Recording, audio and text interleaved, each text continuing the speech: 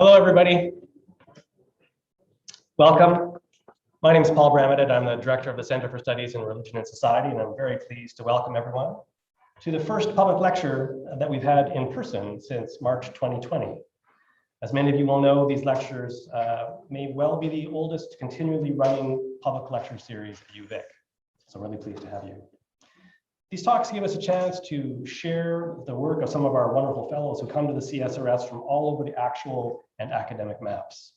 We've had Armenian political scientists, Australian anthropologists, Algerian theologians, American literary theorists, and Albertan medievalists. I'm cheating a little bit with the Albertan, but that just gives you some sense of the A's. But we've had people from all over the place. It's been really wonderful to be here. I encourage you to join us every Thursday, same time, same place, to get a sense of the wide range of people who spend anywhere between 3 weeks and 3 years with us at the center. Today, we are joined by an actual living, breathing, safely masked, fully vaxxed local audience, as well as people on Zoom. Hello, people on Zoom and YouTube. For those of you with us on Zoom, I will explain later how you can participate in the question and answer period in the final 15 or 20 minutes of our discussion. Today, I have the great pleasure of welcoming one of our long-term fellows and friends, Dr. John Thatamanil. John is a visiting research fellow at the CSRS, and he splits his time between Victoria and New York City, where he's an associate professor at Union Theological Seminary, the academic home in recent decades of Paul Tillich, Reinhold Niebuhr, James Cone, Serene Jones, and Cornel West. John works in the area of contemporary theology, eco-theology, and theologies of religious diversity. His books include The Immanent Divine, God, Creation, and the Human Predicament, an East-West Conversation, and most recently, in 2020, Circling the Elephant, Comparative Theology of Religious Diversity. In addition to being a scholar at Union and a fellow at the CSRS, just recently, John was ordained as a deacon at Christ Church Cathedral. Now, although there's a tension within the academic study of religion between approaches that are theological and those that are religious studies-ish, with the CSRS historically always favoring the latter direction, John really masters both approaches. Some of you may know that instead of simply reading the university's territorial acknowledgement as a sort of a standalone statement, I try to integrate it into my introduction. It's a little exercise I go through every week to make sure that reconciliation efforts are in some sense embodied in my thinking. Sometimes this is quite challenging, but with John, it's really quite easy. John's talk will explore both the morass of the so-called post-truth world and the ways in which a robust understanding of desire might help us find a way through and together. In Canada, few challenges require an unflinching commitment to the truth and a desire for justice than reconciliation with Indigenous peoples. As such, I want to end by acknowledging with respect the Lekwungen peoples on whose traditional territory the university stands, and the Songhees, Esquimalt, and Osage peoples, whose historical relationships with the land continue to this day. And now please join me in welcoming John Thatamanil.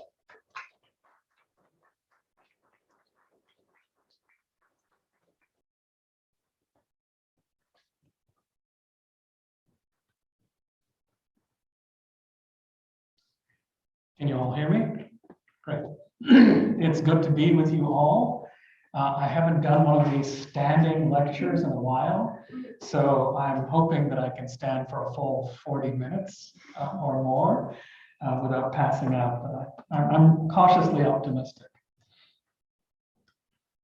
I want to begin by thanking Paul, Rachel, Scott, and Noriko for welcoming me into the CSRS family. I cannot say how grateful I am to have been so warmly welcomed into this community of critical, committed, and compassionate conversation about religion and the role that it plays in our communities, both local and global. The kind of conversation that Paul so richly nurtures is rarely found in the academy these days. Makes me sad to say that, because it has increasingly become a place for solo operators. At CSRS, conversation matters, collegiality matters, and addressing the general public and religious communities matter. For all that, I am most grateful. Now, academic papers and books often have an epigraph that may or may not be commented on explicitly, but they serve to sort of bookend and frame the conversation. I don't know if I'll have time to explicitly address this particular quote, but you'll see that my entire lecture is a kind of commentary on this. So just I'll leave this on for a while before I move on to other topics. Epistemological crisis. That mouthful of a phrase captured wide cultural attention because it fell not from the mouth of a philosopher, but an ex-president. Coming as it did in a November 15th, 2020 interview with Jeffrey Goldberg of the Atlantic, it drew notice in part because we had forgotten that rather recently the US had a president who thought nothing of uttering 7-syllable words, as we had grown accustomed to the staccato monosyllabic pronouncements of a serial prevaricator. The person who played a considerable role in aggravating the epistemological crisis of which Obama was speaking. So what did Obama mean, and what exactly did he say? He said, if we do not have the capacity to distinguish what's true from what's false, then by definition, the marketplace of ideas doesn't work. And by definition, our democracy doesn't work. We are entering into an epistemological crisis. Still further, he said, I can have an argument with you about what to do about climate change. I can even accept somebody making an argument. But based on what I know about human nature, it's too late to do anything serious about it. So the Chinese aren't going to do it, the Indians aren't going to do it, and that the best we can do is adapt. I disagree, but I accept that it is a coherent argument. And then the punch here. I don't know what to say if you simply say this is a hoax that the liberals have cooked up, and the scientists are cooking the books, and that footage of glaciers dropping off the shelves of Antarctica and Greenland are all phony. Where do I start trying to figure out where to do something? It's a poignant and powerful statement, isn't it? Participatory democracy, not just pulling the levers at election time, but real collective deliberation about what to do as a people requires sustained conversation. We might differ on what course of action to pursue, robust welfare state policies or free market capitalism, for example. But before we can have that disagreement, we have to agree about just what the facts are. But as President Obama noted earlier in the same interview, quote, now you have a situation in which large swaths of the country genuinely believe that the Democratic Party is a front for a pedophile ring, close quote. By the way, supposedly that pedophile ring is run out of the basement of a pizza parlor, which has no basement. So much for truth. So that's what Obama means by epistemological crisis. Not only do we disagree about what to do, we disagree about the facts. Today, pockets within our nation states have their own facts. Are vaccines against COVID safe and effective? Well, that depends. If you drove past the Parliament buildings this past weekend, you would have seen that even Canadians, enlightened Canadians, not just kooky Americans, disagree. Americans even disagree about who won the election, won the last election. Just this past week, a poll taken by the PRRI, Public Religion Research Institute, has shed new light on the numbers. A Washington Post piece that summarized the survey, the PRRI survey, summarizes this way. Quote, the poll's big finding is that people who rely heavily on Fox News and other right-wing media are overwhelmingly more likely to believe that the election was stolen from Trump. Skipping a bit, the PRRI poll finds that 69% of Americans do not believe the election was stolen, while only 29% do believe this. But here's the kicker. That latter number, the 29%, largely reflects Republicans, among whom 71% believe it. Again, a further face of the epistemological crisis. By the way, those numbers track entirely with white evangelicals. So there's a heavily Christian component of a particular stripe that largely matches those Republican numbers. But before we talk more about this phrase epistemological crisis, let's not proceed as though we all know what the word epistemological means. In Greek, the term is a compound of logos, study, of episteme, knowing. So the term epistemology customarily refers to the branch of philosophy that asks about the nature of knowing. What can we know? How do we know what we know? Can human beings have any knowledge at all about the world outside our minds? When we manage to know something successfully, how did that happen? And when we fail, what went wrong? Those are the kinds of questions that philosophers specializing in epistemology ask and try to answer. Now, Obama's use of the term is somewhat less technical. He is referring to a cultural situation in which misinformation, conspiracism, and alternative facts so flood the information commons that we can no longer sort out truth from falsehood. How have we found ourselves in this predicament? What are we going to do about it? What are the root causes of this predicament? And there's a rapidly growing literature exploring those questions. Obama believes that if we're to have any hope of rectifying the situation, we will need to rein in social media and tech companies by way of legislation. Again, I quote him.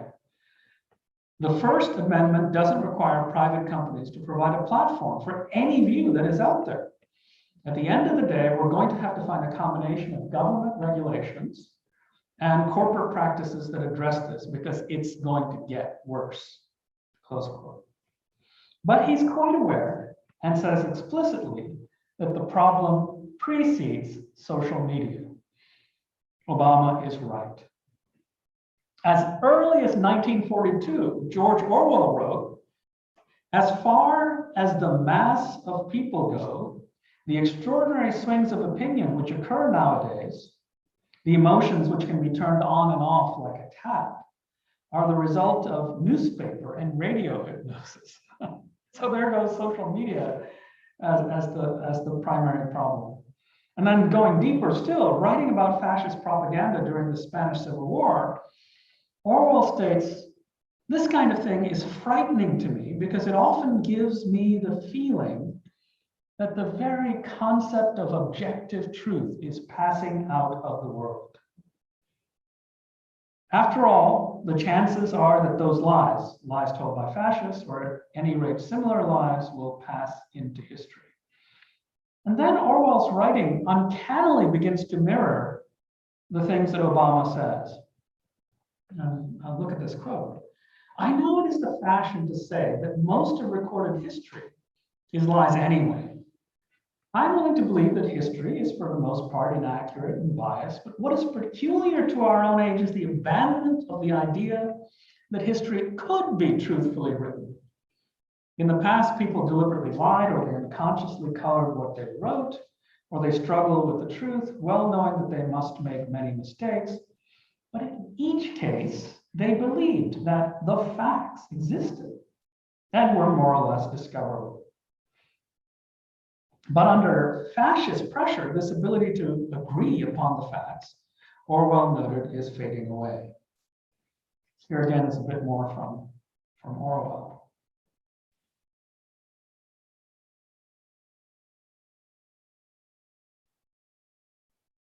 "It is just this common basis of agreement with its implication that human beings are all one species of animal that totalitarianism destroys.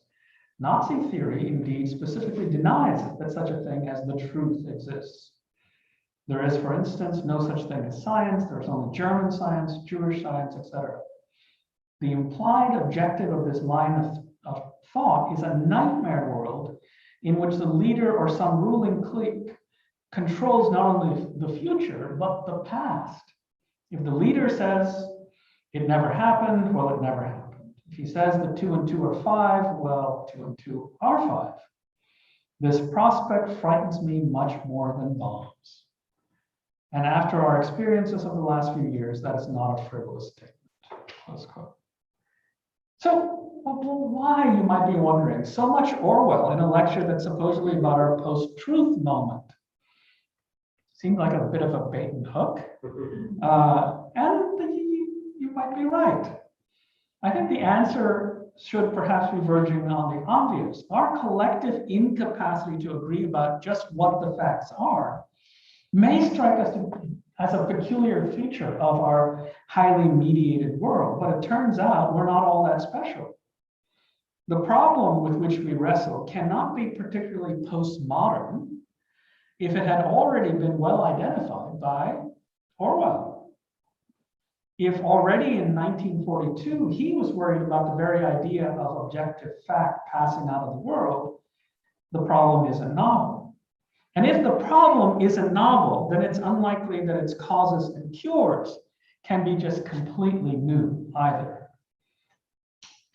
In Orwell's time, the power of fascist regimes to manipulate reality itself was the core fear and root problem. In our time, the fascist, to use Obama's word, was merely, quote, an accelerant. Thanks to Facebook, Fox News, Sinclair Broadcasting, and other social media companies, we can have fascism without fascists. There need be no single centralized actor or regime acting to so warp our perceptions of reality that we can no longer arrive at widespread consensus about a range of facts, from vaccines to elections to climate change. Now, a whole assembly of solutions have been proposed to combat our current condition by those among us who like living in the reality-based community. That's us, the elites. The reality-based community. Anyone remember that phrase? That was from W. Bush's time. I'll tell you about that later. So the problem of a so-called reality-based community is something that elites care about. Is not just new. Anyway, so what are some of those solutions? Information literacy, a call to return to common sense, a greater emphasis on critical reasoning skills, teaching the scientific process and not just scientific facts, and legislation that restrains social media giants from spreading misinformation. Good stuff, right? Well, all of these steps will surely help rectify some features of our post-truth condition. None go to the root of the problem, at least not in my estimation. Why? Well, here's my sort of thesis claim. The problem of post-truth is a problem of desire. We do not know the truth because we do not want to know it. I always think about that climactic scene from A Few Good Men. You might remember it. It's a bit of a dated movie for some of the younger ones in the audience, but it's a great, great movie. Tom Cruise is playing a Navy JAG. He's cross-examining Colonel Nathan Jessup, and he asks for the truth. And Colonel Jessup, played by Jack Nicholson, only Jack could play this role, says, "You can't handle the truth." About roughly what he sounds like. My claim is we don't even want it. It's not that we can't handle it. To know the truth, one must want it first. The core problem with our present inability to secure agreement about what is the case is not at heart a problem of the mind, and hence a problem of epistemology, traditionally construed, which centers on the mind, right? What can the mind know and how? Rather, the problem just is the heart. To know the truth, we must tutor the heart and not merely inform the mind.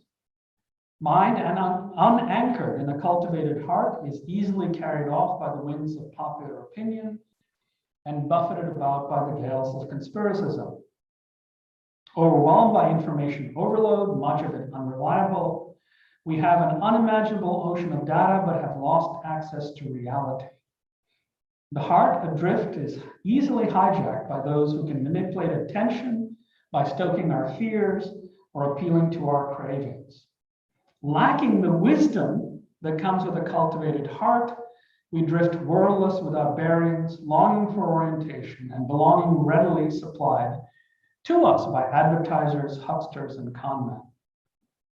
The goods they offer are flashy and the upfront expenses are cheap, but the long-term cost of misinformation, conspiracism, anti-maskerism, anti-vaxxerism, and climate change, what a dispiriting list to read, is nothing less than species demise. Wisdom cries aloud, but few are prepared to heed her voice. This concern for the heart is what Jesus heralds in one of his most cryptic sayings. Let those who have ears, let them hear.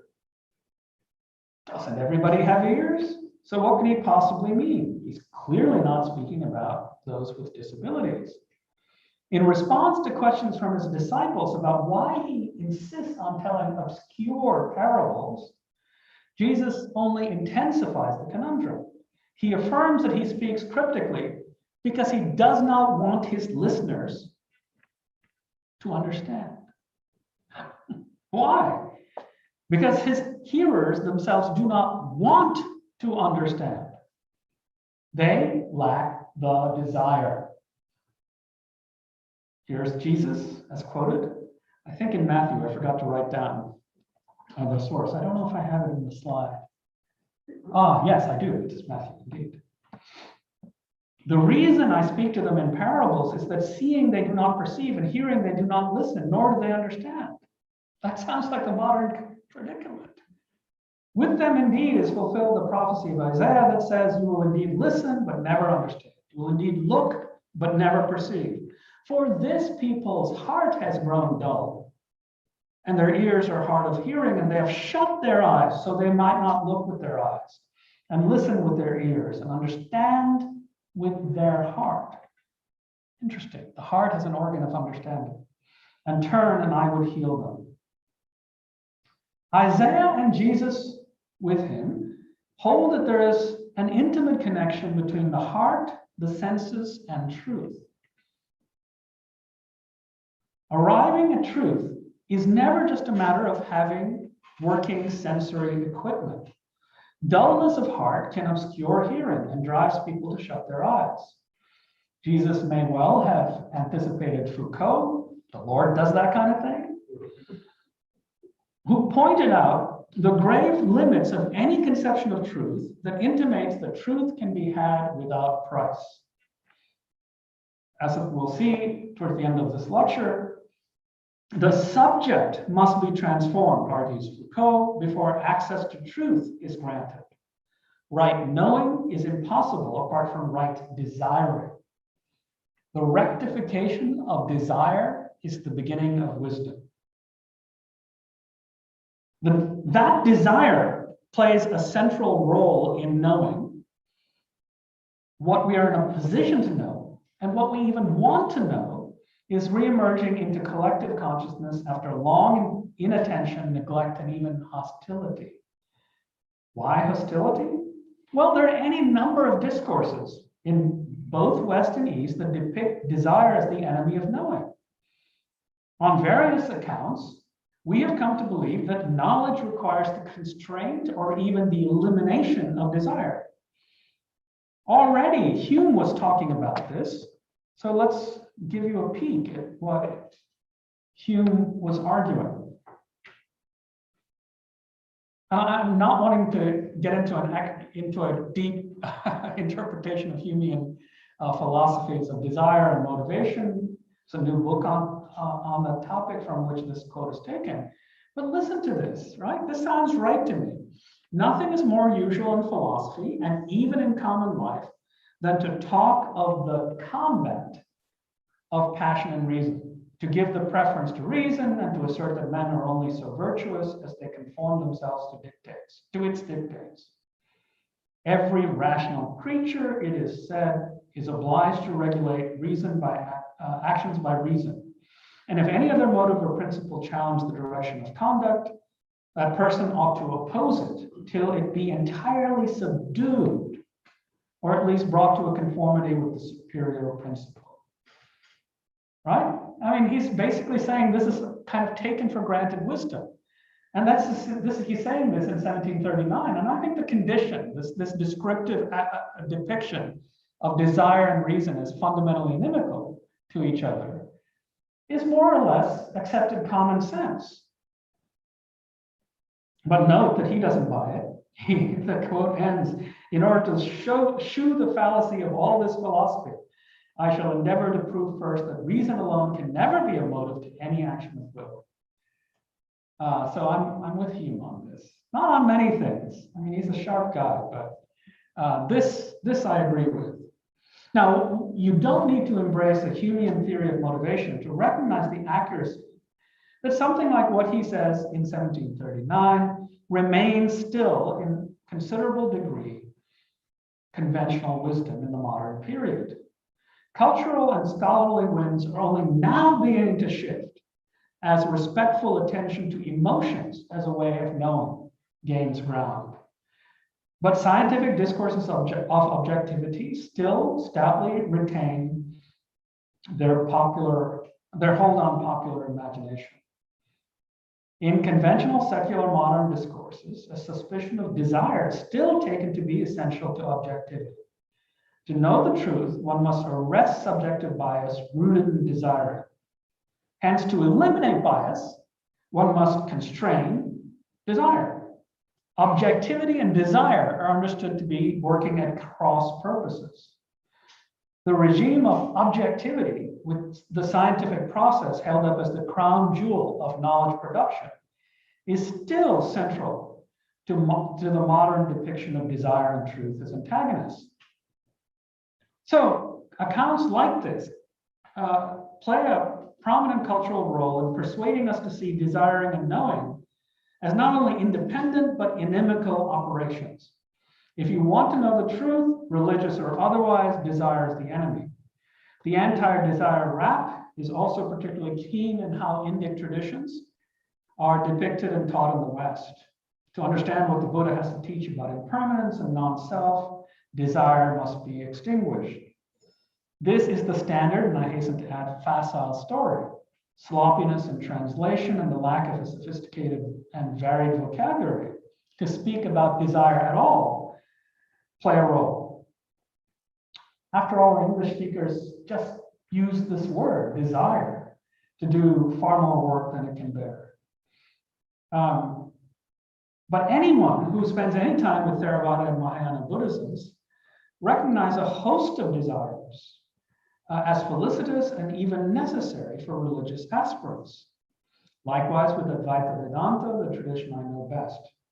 In Mahayana and Vajrayana Buddhisms, compassion for all beings is essential to the whole operation.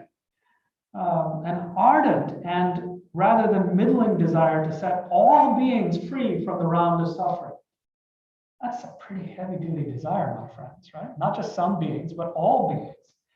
All these are taken for granted, are not just taken for granted, rather, but are instead prerequisites for what counts for a good Sishya or student, for progressing on the Buddhist or Hindu way. So all these anti-desire depictions of Indic traditions are primarily facile and mistaken. I mean, ponder this. Even for you to arrive at the end of this sentence without wandering off into thinking about your still unfinished dinner plans or the next item on your to-do list requires that you want to pay attention long enough for me to get to the end of the sentence. Right? At the most elementary level, sustaining attention requires marshaling desire. Desire, teachers, philosophical and religious, ancient and modern, who seek to hold attention have always known that desire and truth are intimately related.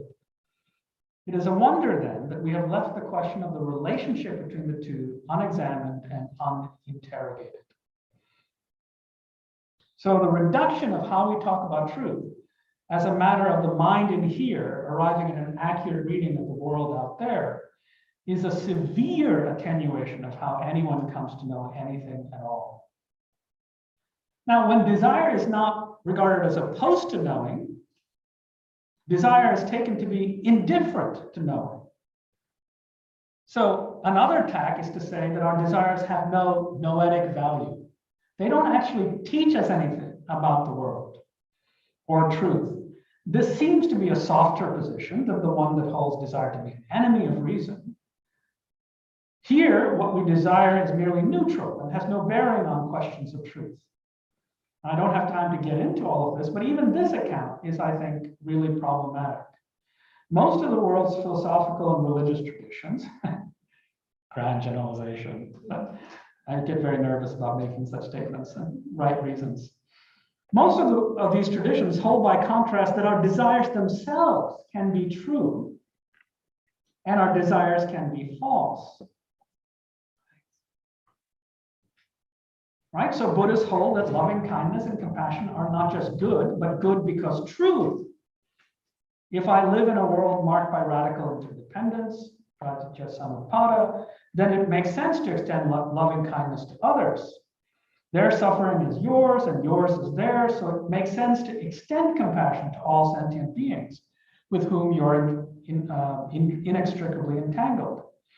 So in these traditions, compassion or loving kindness is not only ethically commendable, but in accord with the nature of reality and even one's true nature. So you see then that these desires are regarded as truth-bearing. They have noetic value. They're not merely indifferent, nice to have or do.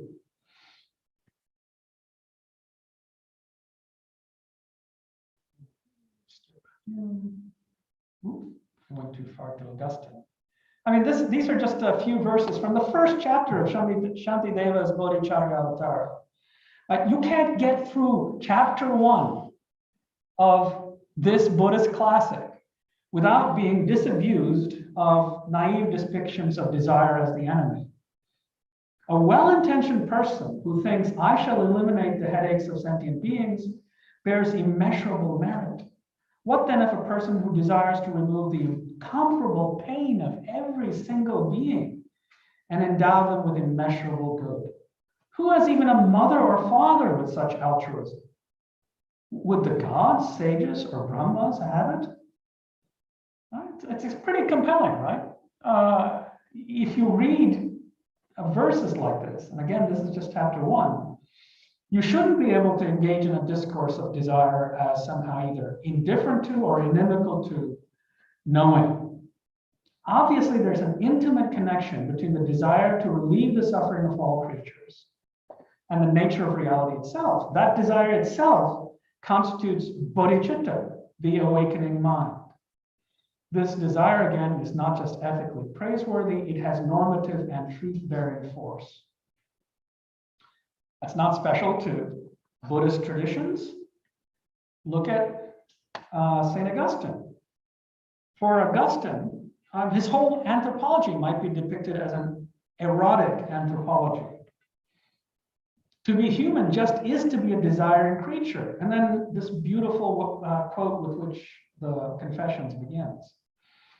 I would say that probably the Confession counts as its most explicitly erotic text. And I know some of you are thinking I have a very strange idea of what counts as an erotic text. But read the Confessions and you tell me, you'd have to agree. You are great, Lord, and highly to be praised. Great is your power and your wisdom is immeasurable. Skipping a bit. Nevertheless, to praise you is the desire of man. Again, this is Henry Chandler's old translation. So pardon the gender neutral, the lack of gender neutral discourse here. Nevertheless, to praise you is the desire of the human, a little piece of your creation. You stir the human to take pleasure in praising you because you have made us for yourself, and our heart is restless until it rests in you. Augustine is explicit in affirming that desire for God is truth-bearing. Human desiring is not arbitrary or capricious. The human creature is created by God, for God. And desire is something like a homing signal that draws the human being back to its true home. The human creature's desire for the Creator, therefore, is not noetically neutral. That desire itself is the truth about who we are and draws the creature to God, who is the truth. Other lesser desires to which we surrender are not only harmful to the creature, but they're harmful because they're untrue.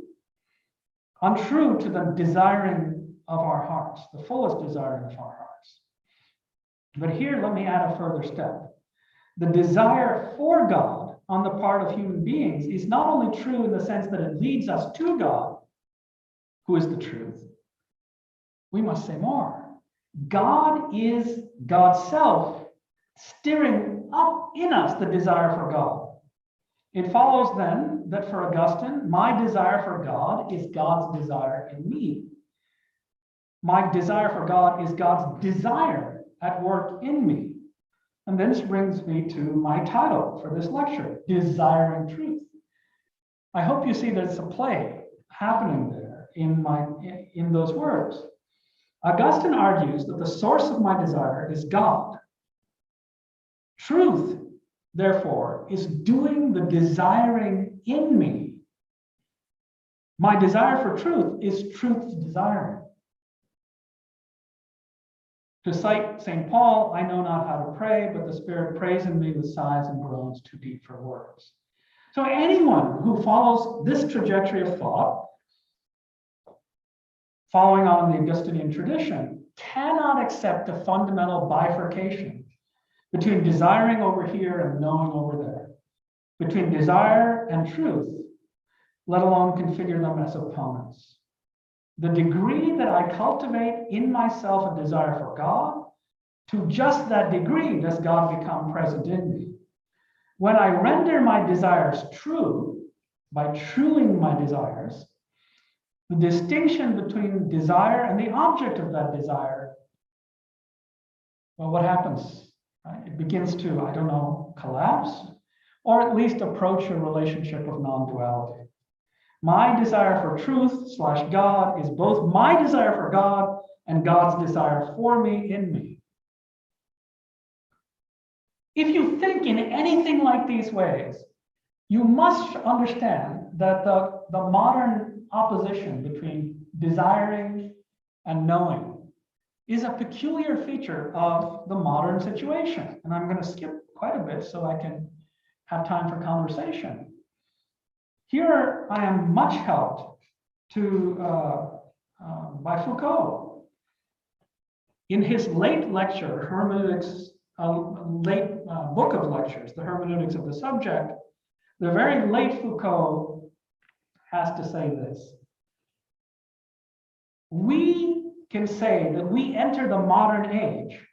I mean, the history of truth enters its modern period when it is assumed that what gives access to the truth, the condition for the subject's access to the truth, is knowledge, connaissance, and knowledge alone. It seems to me that what I have called the Cartesian moment, then he has this hand waving. He doesn't really blame Descartes, right? So I'll skip that part. Right? The Cartesian moment, he says, is the beginning of this moment. I think the modern age of the history of truth begins when knowledge itself and knowledge alone gives access to the truth. That is to say, it is when the philosopher or the scientist can recognize the truth and have access to it in himself and solely through his activity of knowing, without anything else being demanded of him, without him having to change or alter his being as a subject. To connect Foucault with Augustine, and this makes me nervous because I'm a scholar of neither, we can see that to think from the Augustinian line, if I am to know God, I must give myself over to the desire for God. To reword that, if I am to know the truth, I must desire the truth. Something must happen in me and to me. I must become otherwise than I am. To use the title of Martha Nussbaum's great book on Hellenistic philosophy, I must undertake a therapy of desire so that spurious desires are pruned away, so that an authentic desire for God can come to fullness in me. There must be an erotics of truth. I must long for the truth, which is always already doing its longing in me. Foucault says that something like that was taken for granted for most of the history of Western thought. That you couldn't get to the truth without something like a spirituality, right? And what does he mean by spirituality? Spirituality is the search, practice, and experience through which the subject carries out the necessary transformations on himself in order to have access to the truth. So we will call spirituality then the set of these researches, practices, and experiences, which may be purifications, ascetic exercises, renunciations, conversions of looking, modifications of existence, which are not for knowledge, but for the subject, for the subject's very being, the price to be paid for access to truth. The modern period, he says, begins when we come to believe that no such price has to be paid. All you need to do to know the truth is open your eyes. No work of desiring has to happen, right? It's just known. No subjectivity transformations, no care of the self, no pratique de soi, practices of the self by which one learns to desire wisdom, philosophia, so that wisdom can arise. That, Foucault says, is why we are where we are. This Cartesian moment, which is not to be blamed on Descartes alone. I cannot say what Foucault would have made of the considerable preoccupation with spirituality that has since, in these decades after his passing, come to be a prominent feature of North American life, both in Canada and the US. Is this term to spirituality a herald that there is beginning to be a recognition the truth cannot be had without price, the price of the transformed subject? Are we beginning to recognize the Cartesian moment, as Foucault calls it, as a dead end? Are we beginning to recognize that truth cannot be had simply by shallow forms of knowing that demand neither eros nor ascesis? I cannot say. What I do know is that Foucault was onto something. To imagine that we stand any chance, this is my last paragraph, any chance at addressing our present epistemological crisis while we continue to keep in place a bifurcation between desiring and knowing is profoundly naive. It is to remain captive to Foucault's Cartesian moment. From Augustine to Audre Lorde, another possibility presents itself, one that I think we will have to work together and work hard to feel our way into. A moment in which we learn to regard desiring and truing as but two facets of a single operation. Right knowing is not other than right desiring, and right desiring is not other than right knowing. Without working toward the integration of something like this, we simply have no chance of addressing this post-truth moment, which is also a historical moment of shallow consumerist desiring.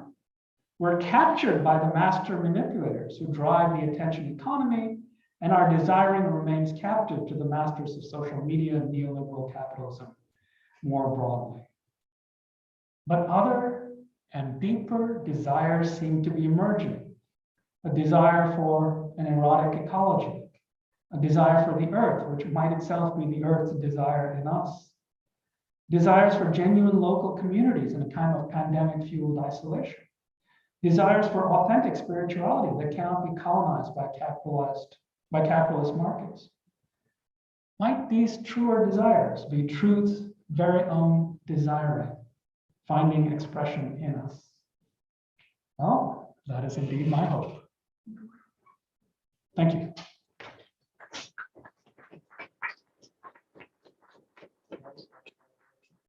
I'm just going to give quick instructions to the Zoom people. Hello, Zoom people. So the deal is that if you have a question, please put the question in, or put an indication that you have a question in the Zoom chat for Rachel. Rachel will wave at me, and we think that those of you on Zoom can actually ask the question live. That's a theory we have. We have yet to test the theory, but we desire to know the theory, truly. So I'm going to let John come back so he can still be on the camera, and I will simply manage the conversation. Yes. Can I take my speak, I think. Yeah. Okay, thanks.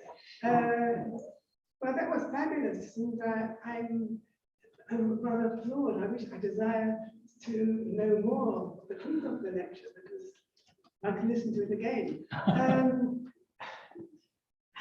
many issues, and we need to talk much more. One thing I was wondering about was instead of a kind of convergence of truth and desire, there being two sides of the same phenomenon, whether one could think of it a dialectic. I was thinking of the relationship of desire and will in mysticism to unknowing. Process of taking apart the ipsius of the ipseity of the world and finding out what's underneath. And I was also wondering about its relationship to passivity in the Levinasian sense, that to be an ethical person in a way means renouncing the desire to control the truth. Thanks, Francis. Now, unfortunately, for the people on Zoom, I'd like to ask you to provide a very brief summary of Francis' really brilliant question, because I'm not sure the Zoom people would have heard that question. So Francis, one of my favorite interlocutors, does what he always does, which is make things harder. He asked whether instead of seeing truth and desire as two facets of the same reality, if there might not be instead a more complicated dialectic. In part because there is a way in which, at least in religious traditions, there's a movement into unknowing, right? So that's really rich. And then there's also a question about passivity. If you talk a lot about the practices that lead to truth, that makes it seem as though you have to do all the work. And at least in some readings of religious traditions, sorry about that, there is at least some element of grace. Something comes to you apart from your having to do it all yourself. So I think these are rich and deep, rich ways of deepening the conversation. I don't think they rupture my argument. I do think that the desiring that moves into the divine life is a desiring that in some way falls into that mystery. Right? Well, it's almost as though the desire leads you into the land of unknowing, which is why, as you know, Gregory of Nyssa's interpretation of the life of Moses says that the reason that Moses never sees the front of God, the face of God, but only God's back, not the fullness of knowing, right, is that you have to always follow into the infinite. There's no end. So the desiring, in a way, begins to have a priority over knowing, because the object of one's desiring truly can't be known, or known in a captured or exhaustive sense. So yeah, that just enriches the conversation between desire and knowing. Thank you. We have a question from Kate Newman via Rachel. Oh. Or shall we see if Kate can do it? Let's see. A little worried.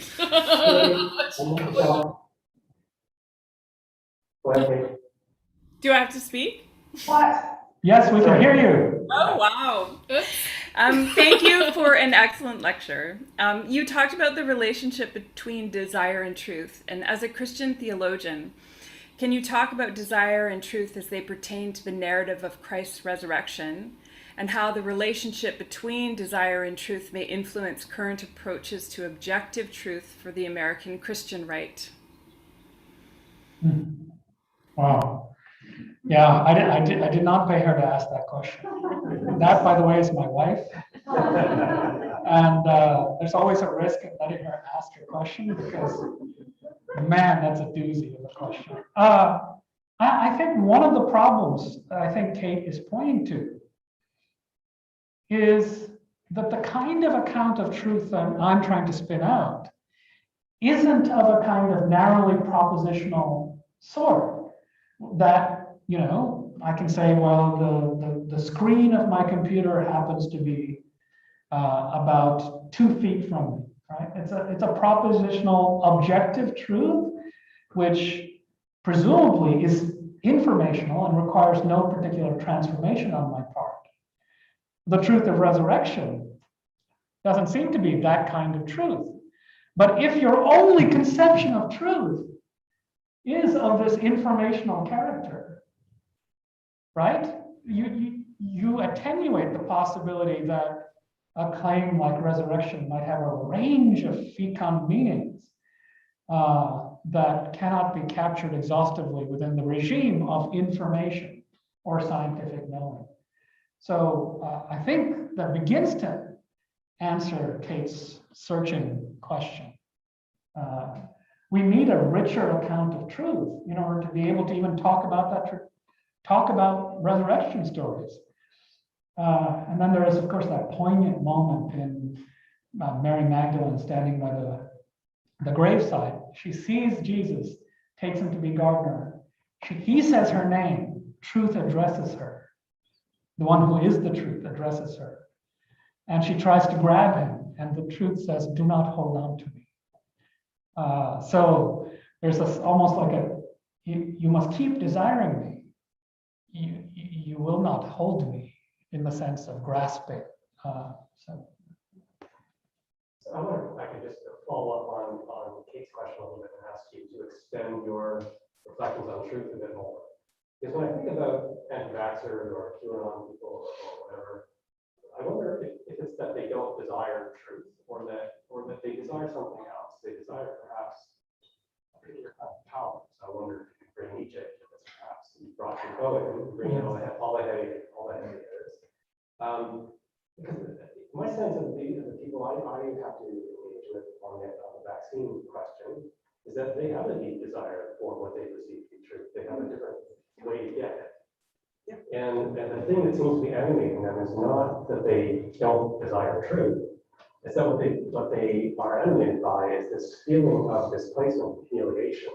And what they desire first and foremost is getting rid of that feeling and finding some narrative that can heal the wounds that, Foucault's modern world, which of course is itself an economy, not just a way of knowing, has inflicted upon it. yeah.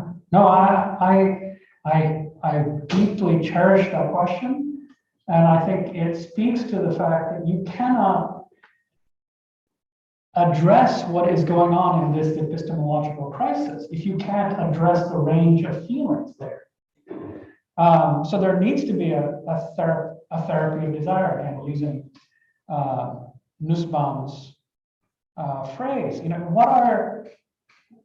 What is it that you want? That question. I always think of an older song now.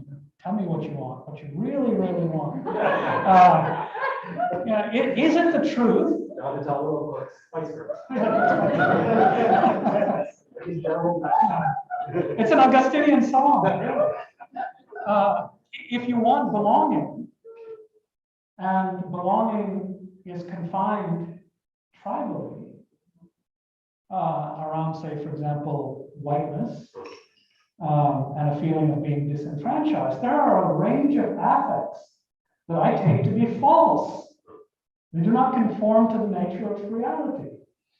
Right? We belong to each other in much more rich and profound and extensive ways than any contemporary tribalism can possibly account for. And this, we apparently don't believe that we're actually, recycling air between each other, and that it's a form of non-violence to wear my mask so I don't try to get you sick. Right? I can't get to the truth propositions of all of that until and unless some set of work, some kind of ascesis is done to address the longings that cling to a particular account of the way the world is. The heart sees the world as it is, I guess. And untransformed, it won't be much help to tell people things that are true. as though you could just present them with information. That's still remaining within the hold of the information conception of what truth is. It's propositional. You merely have to tell people the right things and they will know them. I think we kind of know that doesn't work anymore, right? And hence, you see how that actually deepens and I think reconfirms my argument. There's a question on Zoom, and I'm from Heidi. Go ahead, Heidi, unmute yourself.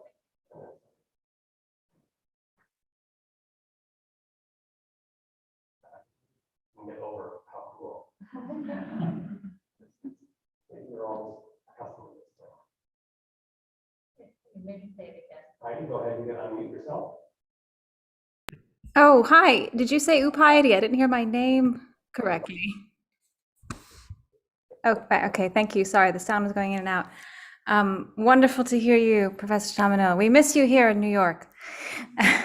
I'm curious about, and listening to you, I'm still integrating everything you've shared, but the question that arises for me is about our desire for ignorance and the volitional aspect of that. And I just suspect that we need to really consider that if in our healing our relationship to truth, there's an invitation to reintegrate desire. And I suspect with that, the body and all that comes of the dualism of the so-called mind and heart. And I just also wonder, since you are steeped in the Buddhist tradition, that the concept of delusion includes this element of willful ignorance and what it might offer to your thought process around this topic. I hope I'm making sense. Thinking about the kleshas, raga, dvesha, and moha, as impediments to any proper knowing. Right?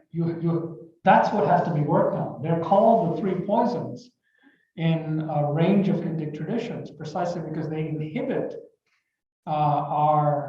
even our desire to know the truth. They don't just occlude the truth, as the questioner named. They do prevent us from even wanting it. And so the mind states of the aspirant have to be trued by a complex regimen. Ethical practice, which disposes the self towards the other. So Shila, then you have to actually engage in practices of samadhi, contemplative practices, and you have to know the Buddhist articulation of the nature of reality, but know it more than as a matter of information. I routinely say that to this day, despite the fact that I count myself a pretty good teacher, no student after hearing a lecture of mine on Buddhism has said, and dramatically walked out of the room, because they've just received the information. They have not undertaken the pratique de soi, the practices of self that transform the self and put them in the way of knowing the truth. By the way, I was thinking about the pedagogical aspects, but I knew I wouldn't get to it. Eve Sedgwick, one of the real pioneers in affect theory, died early because she was diagnosed with cancer. And as a way of dealing with the reality of her death, she turned to Buddhist practice. And I think she's written more profoundly about a Buddhist pedagogical thought than most professional Buddhists. It's a great quote. In Buddhist pedagogical thought, you have to somehow learn what you already know. That's what she's talking about, the tautology of learning. But that's not a paradox or an impasse or even a scandal. It's not even a problem. If anything, it is a deliberate and defining practice. When Elizabeth Palmer Peabody, a transcendentalist, one day walked right smack into a tree, she was naturally asked whether she had not seen it in her path. I saw it, she became famous for replying, but I did not realize it. This goes to the questioner's question, right? And then there's this lovely model. If the story points to a certain transcendental fuzziness, it also indicates her interest in a distinctively Buddhist opening out of the psychology and phenomenology of knowing. In modern Western common sense, after all, to learn something is to cross a simple threshold. You just know something. Once you've learned it, you know it. And then you will always know it until you forget it or maybe repress it. In this model, learning the same thing again makes as much sense as getting the same pizza delivered twice. That's hilarious. It's one of the best pedagogical examples out there, right? Why would you want to learn something again?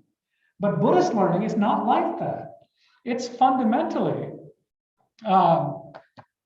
builds in a certain kind of circularity that might even take multiple lifetimes, as she points out. So you have to recognize the truth. Realization means recognition of the Buddha, the nature of the mind, phenomena, the guru, emptiness, apparitions in the bardo, as not other than oneself. Clearly, such recognition can be no perfunctory cognitive event. It's not getting a bit of knowledge. Some fundamental transformation of mind and heart has to happen before you realize something. Thank you very much, John. That's wonderful. So we have to conclude, unfortunately. I sense that these things are a little bit longer. I think there's one more slide. Thank you. Yep. I told John that we always choose as a first speaker for our lecture series somebody who will set the bar quite high, and I don't think you disappoint, that's for sure. So thank you very much. Thank you to those of you who are on Zoom. Sorry to Stephanie we didn't get to your question. Thanks to people on YouTube who are watching us live, I think. I will assume that's happening. So next week, next Thursday, is Indigenous Day, so that we are having some time to reflect on reconciliation questions. If we were going to have a lecture the week, we canceled it. And then the week after, one of our visiting fellows is coming to speak. This is on Thursday, October 7th. So please join us for that. It will be here in these various formats. I think all of you hopefully will have a sense that it's a comfortable space. It's easy to get here, lots of space for social distancing and so forth. So before, I would just like you to please just join me in thanking John.